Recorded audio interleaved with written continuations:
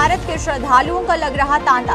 कल रविवार से शुरू होने जा रहा वार्षिक झिड़ी मेला, सरकार ने सुरक्षा व्यवस्था की किए पुख्ता बंदोबस्त।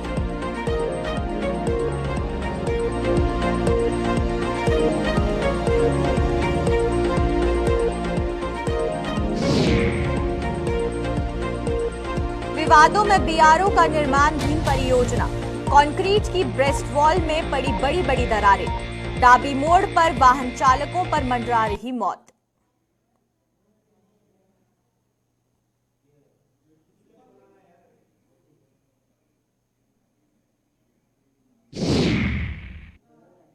सांबा में कश्मीर का नशा तस्कर चढ़ा पुलिस के हत्थे, 45,000 रुपए की हीरोइन, नोटों के हार भी बरामद।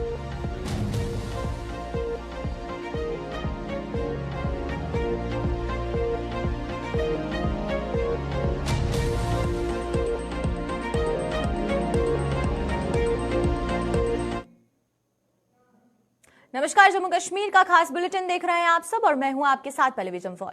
तो चलिए शुरुआत करते हैं आज के जम्मू कश्मीर के खास बुलेटिन की। आपको बताएं कि जम्मू में उत्तर भारत के राज्यों से श्रद्धालुओं का जमावड़ा लगना शुरू हो चुका है।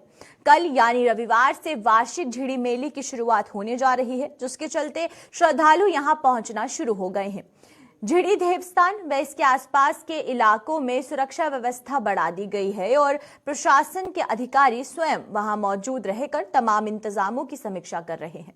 इस खबर पर हमारे साथ अपडेट के लिए कुछ ही देर में हमारे संवाददाता यहां पर ज्वाइन करेंगे। उससे पहले आप तस्वीरें देखिए अपनी टीवी स्क्रीन पर कि किस तरीके से उत्तर भारत से लोग जो हैं वो जम्मू की तरफ आ रहे हैं और वहीं पर झिड़ी मेले में बड़े राज्यों से जो लोग हैं वो यहाँ पहुंचते हैं, चाहे वो राजस्थान से हो, चाहे वो पंजाब से हो, और यहाँ पर स्टॉल्स लगाए जाते हैं। एक रोजगार और व्यवसाय का सबसे बड़ा अवसर जो है ये मेला है और बहुत बड़ा मेला यहाँ पर आयोजित किया जाता है। इस बीच प्रशासन को कड़े इंतजाम करना जरूरी है, ट्रैफिक व्यवस्था का जायजा लेना जरूरी है और कल से ये जो मेला है ये शुरुआत हो रही है इसकी। तो हमारे साथ यहाँ पर शिल्पा ज्वाइन कर चुकी हैं, तो शिल्पा से जानेंगे कि किस तरीके से तैयारियां हमें देखने को मिल रही हैं और खासकर ट्रैफिक व्यवस्था की बात करेंगे तो क्या कुछ प्लान इस बार जारी हुआ है।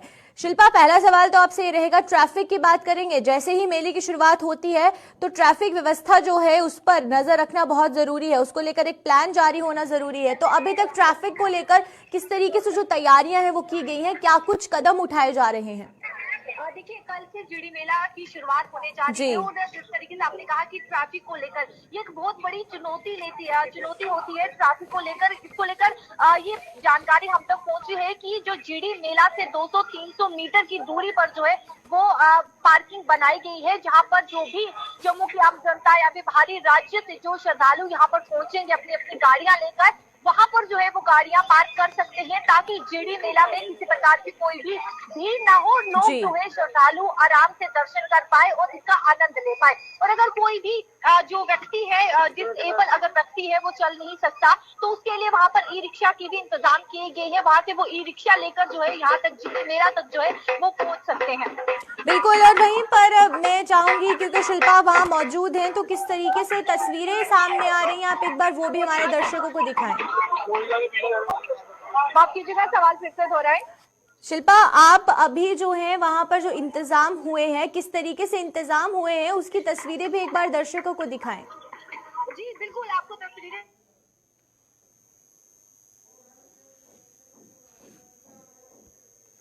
से ही भीड़ जो है वो साफ तौर पर श्रद्धालुओं की नजर आ रही है। पुख्ता इंतजाम किए जा रहे हैं, दुकानें जो है वो सजी हुई हैं। हालांकि अभी कुछ दुकानें लगना जो है वो बाकी है। तैयारियां जोरों शोरों से की जा रही है और खरीदारी अगर लोगों की बात करें तो जो श्रद्धालु यहाँ पर बाहरी राज्य से पहुंचे हैं, पंजाब से, लुधियाना से, यहाँ पर खरीदारी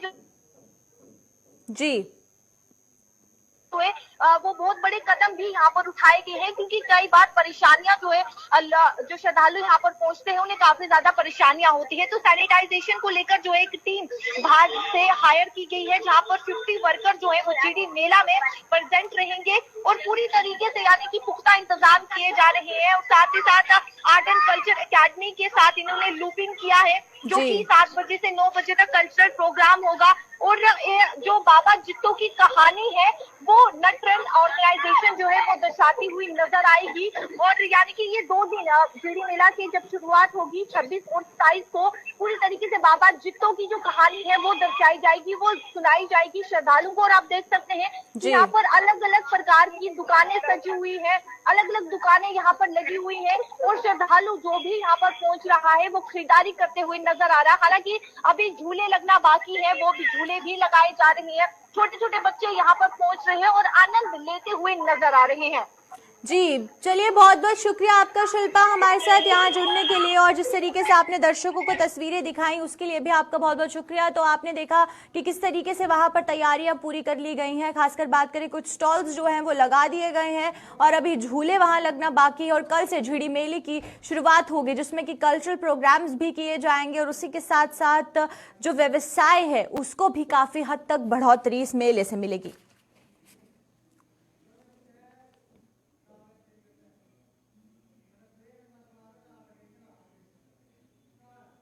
तो चलिए अब कठुआ जिले की तरफ चले। कठुआ जिले के बीआरओ की एक निर्माणाधीन परियोजना संपन्न होने से पहले ही विवादों में घिर गई है। बीआरओ द्वारा दयाला चक के छलहा तक बनाई जा रही सड़क पर डाबी मोड़ इलाके में बनाई गई ब्रेस्ट वॉल में दरारें पड़ चुकी हैं और यहां पर कभी भी कोई बड़ा हादसा पेश आ सकता है। वहीं पर कंक्रीट से बनाई गई इस ब्रेस्ट वॉल के निर्माण में गुणवत्ता का कितना ध्यान रखा गया है, इसकी तस्वीरें आप अब साफ अपनी टीवी स्क्रीन पर देख रहे हैं। और इसे विडंबना ही कहा जाएगा कि बीआरओ के अधिकारी अभी तक इसका संज्ञान नहीं ले पाए हैं, जिससे कि वाहन चालक पे उनमें सवार लोगों पर यहाँ पर मौत मंडराती हुई नजर आ रही है। आप इससे पहले तस्वीरें देखें जो आप अपनी टीवी स्क्रीन पर देख रहे हैं, और वहीं पर इन तस्वीरों में आप देख सकते हैं कि अभी काम चल रहा है। ऐसा नहीं है कि काम संपन्न हो गया है, निर्माणाधीन ये काम है जो अभी चल रहा है, अंडर कंस्ट्रक्शन है। और उस बीच ही अभी से ही जो दरारें हैं वो आपको देखने को मिल रही हैं। और इस बीच कंक्रीट में कौन सा मटेरियल ऐसा यूज किया गया जिसकी वजह से अभी जो है पूरे तरीके से फुल फ्लेज्ड तरीके से ये जो रोड है ये शुरू नहीं हुआ, लेकिन उससे पहले ही यहाँ पर जो कंस्ट्रक्शन का काम है उसकी साफ तरीके से जो पोल है वो खुलती हुई नजर आ रही है। आप देख रहे हैं कि दरारें किस तरीके से इस कंक्रीट की ब्रेस्ट वॉल पर पड़ी है और जिसकी वजह से कोई भी बड़ा हादसा हो सकता है। और डाबी मोड़ पर जहां वाहन चालक है, चाहे छोटे वाहन हो बड़े वाहन हो, उनके लिए काफी खतरा जो है यहाँ पर मंडराता हुआ नजर आ रहा है। और इसी के साथ साथ बीआरओ की टीम में निर्माणाधीन योजना जो कि अभी अंडर कंस्ट्रक्शन है, काम चल रहा है और बाकी की जो कंस्ट्रक्शन है वो की जा रही है, लेकिन जो पुरानी कंस्ट्रक्शन हुई है उसमें दरारें पड़ना शुरू हो चुकी है। तो ये कंक्रीट का जो सामान इसमें यूज किया गया है उसकी क्वालिटी क्या कुछ है, इस पर ये संशय उठाता हुआ नजर आ रहा है। और खासकर बात करें तो कंपनी इसको लेकर क्यों अभी तक इसकी नजर इस पर नहीं पड़ी, और दूसरी तरफ अगर बात की जाए बीआरओ के अधिकारी की तो उन्होंने इस पर अभी तक कोई कदम क्यों नहीं उठाया। क्या उनके संज्ञान में ये बात नहीं आई है या फिर इसकी अनदेखी की जा रही है, क्योंकि कोई भी बड़ा हादसा इससे हो सकता है। और जो चालक, जो छोटे बड़े गाड़ियों के चालक हैं, उनकी भी यहाँ पर जान जो है वो खतरे में है। तो आपको ये बता दें कि जिस तरीके से आप तस्वीरें देख रहे हैं अपनी टीवी स्क्रीन पर, ये डाबी मोड़ के नजदीक की तस्वीरें हैं जहां पर जो चालक है उन्हें काफी ज्यादा परेशानी यहाँ हो सकती है अगर इसमें कोई भी कंस्ट्रक्शन में चूक हुई। और ये जो आप क्वालिटी देख रहे हैं, जो ये पुल बना हुआ है जिसमें दरारें आई हुई हैं, उन दरारों में किस तरीके से जो अंडर कंस्ट्रक्शन अभी पुल है ये, उसी में कंक्रीट का जो सामान यूज किया गया है वो कितना सबस्टैंडर्ड सामान यूज किया गया है कि अभी से इसमें जो दरारें हैं वो पड़ना शुरू हो गई। रंजीव हमारे साथ यहाँ ज्वाइन कर चुके हैं।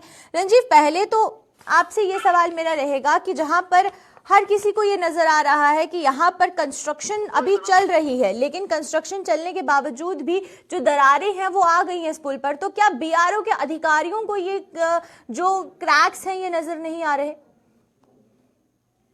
पल्लवी, मैं बताऊं कि ये जो दयाला चक छला मार्ग है, इस पर ये जो बीआरओ की तरफ से ये सड़क का निर्माण किया जा रहा है, ये करीब 25 किलोमीटर की सड़क है और बीच में करीब 12 किलोमीटर के बाद एक जगह पड़ती है डाबी मोड़। वहाँ पर एक ब्रेस्ट वॉल का निर्माण जो बीआरओ द्वारा किया गया है उस पर दरारें पड़ गई हैं। अभी चंद महीने पहले ही उसे बनाया गया था, लेकिन दरारें इतनी बड़ी बड़ी है कि लोगों को, जो इलाके के लोगों ने, हमें इसका खतरा है क्योंकि ब्रेस्ट बाल जो है वो अपना पूरा जो उसके जोड़ है वो सारे उनमें काफी बड़े बड़े गैप आ गए हैं, जिसके चलते वहाँ पे ये ब्रेस्ट बाल को काफी नुकसान हुआ है। अभी सड़क अभी बन रही है, लेकिन इसमें गुणवत्ता का ख्याल नहीं रखा गया है बीआरओ की तरफ से, जिसके चलते यहाँ पर इस सड़क का निर्माण कार्य जो है विवादों में आ चुका है। लोगों का साफ तौर पर कहना है कि पहली बार ये बीआरओ ने सड़क बना रहे हैं, इतनी छोटी सड़क बन रही है, तो इसके चलते यहाँ पर अगर इसके गुणवत्ता का ख्याल नहीं रखा गया तो जिसके चलते लोगों को दिक्कतों का सामना करना पड़ रहा है। आने वाले दिनों में यहाँ पर कोई बड़ा हादसा भी हो सकता है। ब्रेस्ट बाल के बहने का भी खतरा जो है वो बना हुआ है, क्योंकि बहुत बड़ी लंबी बड़ी उसमें दरारें अभी से ही पड़ना शुरू हो चुकी हैं। बिल्कुल। आपसे रंजीव यहाँ एक सवाल और जानना चाहूंगी, यहाँ पर जो लोडेज है वो कितना है गाड़ियों का, क्योंकि अगर बड़ी बड़ी गाड़ियां भी इस रोड से गुजरती हैं तो ये बहुत स्वाभाविक बात है कि और ज्यादा ये जो क्रैक्स है ये बढ़ते जाएंगे और इस पे जल्द से जल्द कंस्ट्रक्शन होनी चाहिए इसे रिपेयर करने के लिए। हाँ, पहले आपका जो सवाल है वो काफी महत्वपूर्ण है। मैं बात करूँ इस बेलाचक छला मार्ग की, तो ये सड़क जो है गाड़ी के जो इसके ऊपर लोड है उसके हिसाब से काफी महत्वपूर्ण है, क्योंकि कश्मीर घाटी को जाने के लिए अगर बाहरी राज्यों से जो भी जितने भी बड़े बड़े ट्रक आते हैं तो इसी मार्ग से शॉर्टकट तरीके से जाते हैं, क्योंकि यहाँ से सीधा धार रोड पकड़ते हैं और उधमपुर पहुंच जाते हैं। बेलाचक के 25 किलोमीटर का स्ट्रेच है, इसके बाद धार रोड को पकड़ लेते हैं और उसको टच करते हुए उधमपुर में जाकर फिर नेशनल हाईवे के साथ ये टच करता है और ये काफी शॉर्ट पड़ता है, क्योंकि वाहनों को जम्मू की तरफ नहीं जाना पड़ता और काफी उनका खर्चा जो भी बचता है, टोल के खर्चे भी बचते हैं, क्योंकि इस सड़क पर ना तो कोई टोल है और ना ही कोई अवरोधक है, क्योंकि ना तो यहाँ पर सड़क का और निर्माण कार्य चल रहा है, जिसके चलते यहाँ पे काफी शॉर्टेस्ट रूट है। तो जिसके चलते यहाँ पर काफी हैवी व्हीकल्स जो है वो इस मार्ग पर चलते हैं और खासकर अभी फ्रूट सीजन चल रहा है तो काफी सारे जो ट्रक जो के श्रीनगर से आते हैं, कश्मीर से आते हैं तो बाहरी राज्यों के लिए वो इसी रास्ते का इस्तेमाल करते हैं। तो ये उस लिहाज से काफी महत्वपूर्ण रोड है। इसको हाईवे, स्टेट हाईवे बनाने की भी मांग कई बार होती रही, लेकिन उसको पूरा नहीं किया गया। अभी चंद साल पहले ही बीआरओ ने इस रोड को टेक अप किया है और 2021 से इस रोड का विस्तारीकरण का काम करीब 140 करोड़ की लागत से किया जा रहा है और पहले चरण का काम जो है वो पूरा हो चुका है 1 से 8 किलोमीटर का, और 8 से लेकर अगले 25 किलोमीटर तक का निर्माण कार्य जो है वो अभी जारी है, जिसके चलते ये ब्रेस्ट बाल डाबी मोड़ के पास बनाई गई और इस ब्रेस्ट बाल में जो दरारें अभी से पहले ही पड़ना शुरू हो चुकी हैं। काफी गैप है, कई जगह आपने देखा होगा तस्वीरों में पत्थर दिखाई दे रहे हैं अंदर जी, जो पत्थर हैं वो दिखाई दे रहे हैं, इतना बड़े बड़े गैप हैं और लोगों का साफ तौर पर कहना है कि गुणवत्ता का पूरा ख्याल नहीं रखा जा रहा, क्योंकि आज के युग में काफी टेक्नोलॉजी है, बड़े बड़े मशीनरी का इस्तेमाल है, लेकिन बीआरओ की तरफ से मैनुअल ही सारा काम किया जाता है, जिसके कारण ये ऐसी दरारें पड़ना हुआ है वापिस। चलिए, बहुत बहुत शुक्रिया आपका रंजीव तमाम जानकारी देने के लिए। तो ये थे हमारे साथ रंजीव मेहता और ये डाबी मोड़ के पास जो पुल है इसका निर्माण हुआ था और कुछ ही महीनों पहले जो निर्माण है वो हो रहा है और वहीं पर कुछ काम जो है वो अभी भी अंडर कंस्ट्रक्शन है, लेकिन उससे पहले ही इसको रिपेयरेंस की जरूरत पड़ गई।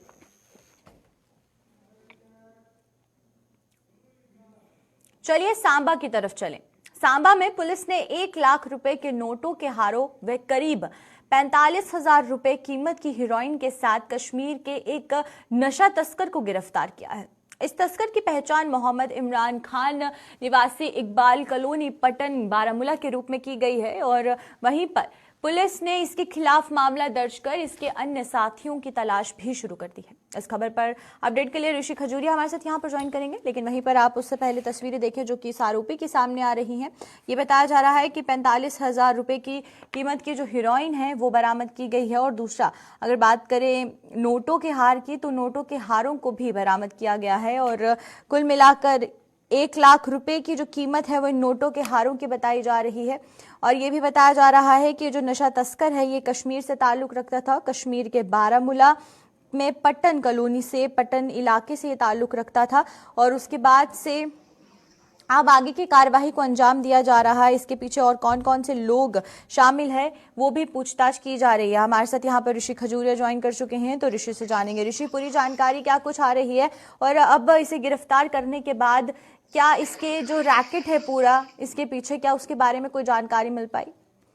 देखिए, बिल्कुल मैं आपको बता दूं कि जिस तरह से लगातार हीरोइन ड्रग्स को खत्म करने की सांबा की इस समय सांबा पुलिस की कोशिश लगातार जारी है और उसमें कई अहम गिरफ्तारियां पुलिस कर रही है। लेकिन ये जो अभी का मामला सामने आया हीरोइन ड्रग्स स्मगलिंग का, इसमें पुलिस ने इस स्मगलर को गिरफ्तार किया जो कि बारामूला कश्मीर का ये रहने वाला है। इसके पास से काफी मात्रा में जो हीरोइन ड्रग्स है ये बरामद हुई है, लेकिन उसी के साथ इसमें मनी गार्लैंड्स भी पुलिस ने जो है वो रिकवर किए हैं, जिसमें 79 की इसका जो नंबर बताया जा रहा है, लगभग 1 लाख रुपए के आसपास की कीमत है, जो नोटों के हार रहते हैं। तो अब पुलिस ने इन तमाम चीजों को अपनी कस्टडी में लिया और आगे इन्वेस्टिगेशन भी शुरू कर दी है और ये भी पता लगाया कि आखिर ये जो हारों की चोरी है कहाँ से की है।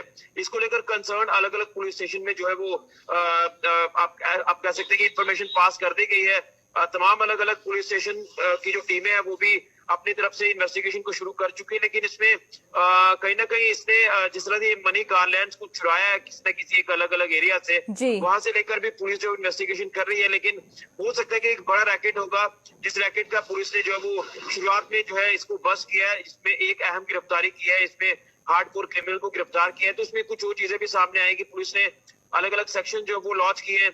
इसमें मैं आपको बता दूं कि एनडीपीएस एक्ट के तहत भी कार्रवाई की गई और ये वही इलाके से पकड़ा गया है व्यक्ति। यहाँ आप कह सकते हैं कि हीरोइन चिट्टा ड्रग्स हॉटस्पॉट है जिला सांबा का सुरूर इलाका, जो लगातार चर्चाओं में रहता है, जो लगातार इलीगल एक्टिविटीज के लिए जाना जाता है, क्योंकि यहाँ पर कुछ ऐसे शरारती तत्व हैं जो स्टेट लैंड को कब्जा कर जो यहाँ पर बैठे हुए यहाँ इलीगल एक्टिविटीज को अंजाम दे रहे हैं। तो इस रैकेट को पूरी तरह से बस्ट करना है, उसी को लेकर पुलिस अपनी अहम रणनीति के तहत काम कर रही है और अलग अलग कार्रवाई को अंजाम देकर इस तरह के तत्वों को गिरफ्तार कर रही है। बिल्कुल, आपसे ऋषि ये भी जानना चाहूंगे कि जिस तरीके से आपने कहा कि एक हॉटस्पॉट है नशा तस्करों का जहां से ये इसको गिरफ्तार किया गया है, तो ये जो नशा तस्करी है ये होती कहां से है, इसका जो मेन पॉइंट है, क्योंकि ये जो यहाँ पर आकर हॉटस्पॉट बनाना और फिर इसे इंटरस्टेट आगे इसकी ट्रेडिंग करना वो एक बहुत बड़ा रैकेट है। तो जिस तरीके से कश्मीर से इसे पकड़ा गया है, तो क्या इससे कोई जानकारी मिली कि जो नशा तस्करी है ये इसके पास किस तरीके से नशा पहुंचा और आगे जो है ये इसे कहां लेकर जा रहा था?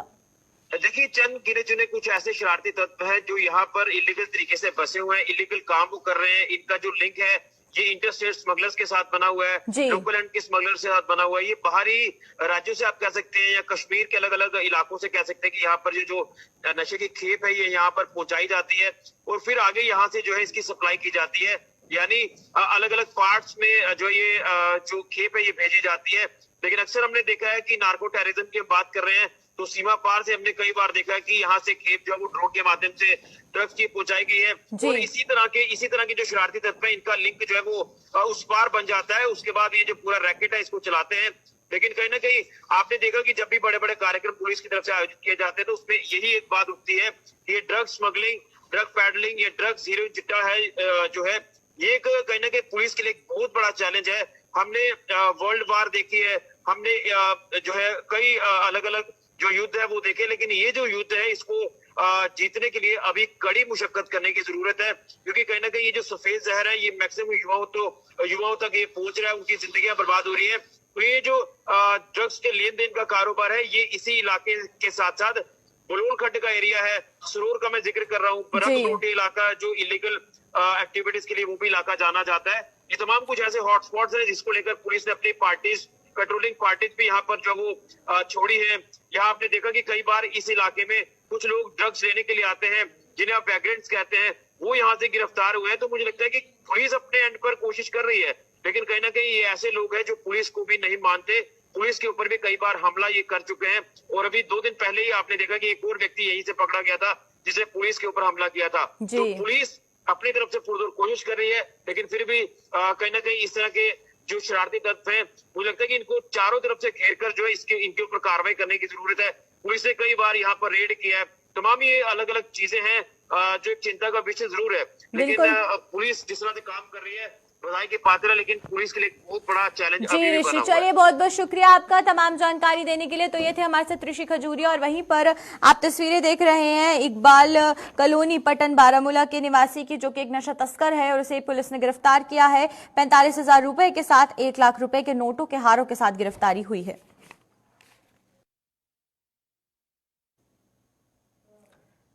जम्मू के जीएमसी के सुपरिटेंडेंट डॉक्टर नरेंद्र सिंह ने 1 सप्ताह तक डेंगू का प्रकोप खत्म होने की संभावना जताई है।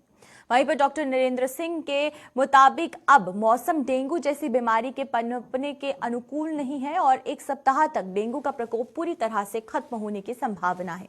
डॉक्टर नरेंद्र सिंह ने बताया है कि अभी भी जम्मू के जीएमसी अस्पताल में डेंगू के 4 मरीज भर्ती हैं और उनका इलाज चल रहा है। इसके अलावा डॉक्टर नरेंद्र सिंह ने और क्या कुछ कहा है, आइए आपको वो भी दिखाते हैं।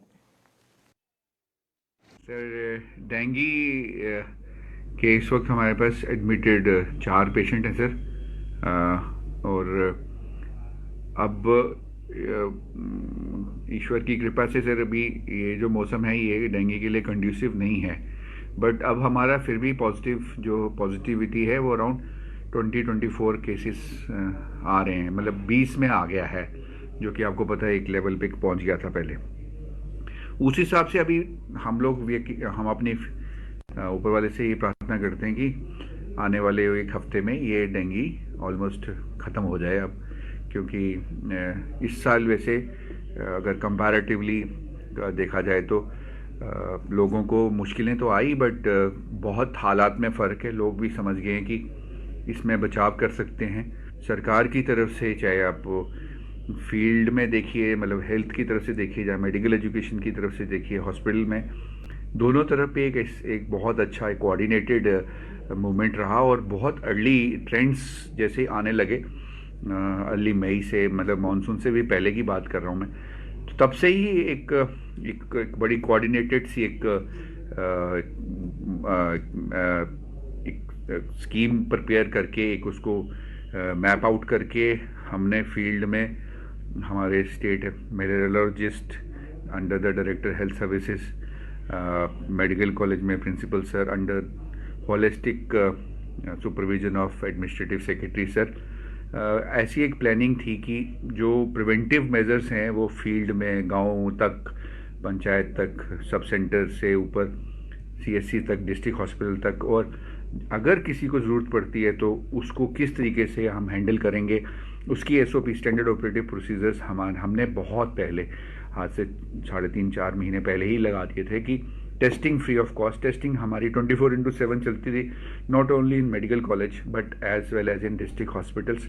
तो उसका आज एक ऐसा रुझान आ रहा है कि कंपैरेटिवली ये साल हमने डेंगू के साथ डेंगू को सिर उठाने नहीं दिया।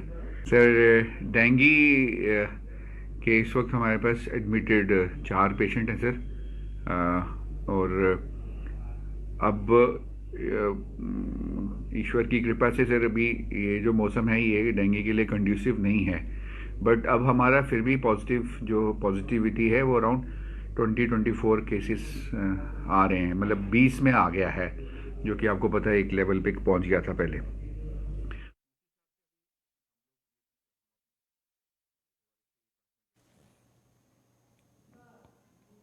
जम्मू शहर में जब से ई रिक्शा का संचालन शुरू हुआ है, तब से पेट्रोल से चलने वाले रिक्शा चालकों का काम बुरी तरह से प्रभावित हुआ है। पेट्रोल से चलने वाले रिक्शा चालकों का आरोप है कि ई रिक्शा चालक उनके हाथों से रोटी का निवाला छीन रहे हैं और प्रशासन उनकी सुनवाई नहीं कर रहा है। इन लोगों के मुताबिक ई रिक्शा के लिए प्रशासन ने जो जोन निर्धारित किए थे, ई रिक्शा चालक वहां चलने के बजाय उनके स्टैंड से सवारी उठाते रहे हैं और जिसके कारण आए दिन उनके साथ विवाद हो रहा है। ई रिक्शा चालकों की मनमानी उनके रोजगार पर भारी पड़ रही है और वो भुखमरी की कगार पर पहुंच गए हैं।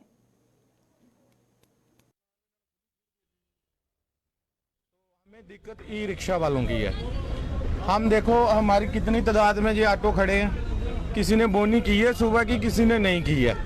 तो इन लोगों ने हमें इतना दुखी करके रखा है, कोई इधर से सवारी उठा के ले जाता है, कोई इधर से सवारी उठा के ले जाता है। तो हमने किन किन लोगों के साथ लड़ाई करनी है, कितनों के साथ लड़ाई करनी है, ये तो हमारी मुंह की छीन के लेके जा रहे हैं। ठीक है, तो हम लड़ेंगे, फिर भी हमारा ही कसूर होगा। भाई क्यों बोलते हो? हमें इनके चलने में कोई दिक्कत नहीं है, लेकिन गवर्नमेंट ने जो इनको जोन दिए हुए हैं ये अपने जोन में चलें, ठीक है। हमें कोई दिक्कत नहीं है, रोड पे चल रहे हैं, कोई दिक्कत नहीं है। दिक्कत हमें तब है जब हमारे स्टैंड के ऊपर आपके हम खड़े रहते हैं, ये सवारी लेके चले जाते हैं। देखो अगर हम नहीं अगर उठाने देंगे तो लड़ाई होगी, ठीक है।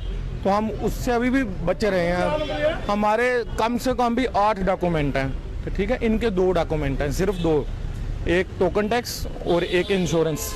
उसके अलावा लाइसेंस तो वो तो चलो सबके पास होता है, तो हमारे इतने डॉक्यूमेंट हैं, हमें डॉक्यूमेंट भी भरने पड़ते हैं। प्रॉब्लम जो है हमारे जितना भी काले पीले ऑटो में जम्मू में चल रहे हैं उन सबको प्रॉब्लम है। पिछले 1.5-2 साल से मैं बस यही बोलता जा रहा हूँ, लेकिन सरकार जो है टस की मस नहीं हो रही। सरकार ने ई रिक्शा को इतनी खुली छूट दे दी है जिसका कोई हद नहीं है। बेतहाशा पैसे लेते हैं, ना तो इनके पास कोई डॉक्यूमेंट है, ना ही इनका कोई लाइसेंस है, ठीक है। पिछले दिनों 2 दिन सरकार ने इनकी चेकिंग की थी, लेकिन अब वैसे ही वही हाल हो गया। रोज हमारे लिए एक लड़ाई का जंजाल बना के रख दिया एडमिनिस्ट्रेशन ने। बहुत ज्यादा दुखी। आप जरा इधर कैमरा घुमा के देखें, सुबह 6 बजे के लड़के आए हुए हैं, अभी किसी ने बोनी तक नहीं की, तो कहां से चलेगा हमारा परिवार? तो चलिए अब तक के जम्मू कश्मीर के खास बुलेटिन में फिलहाल इतना ही। आप मुझे दीजिए इजाजत। नमस्कार।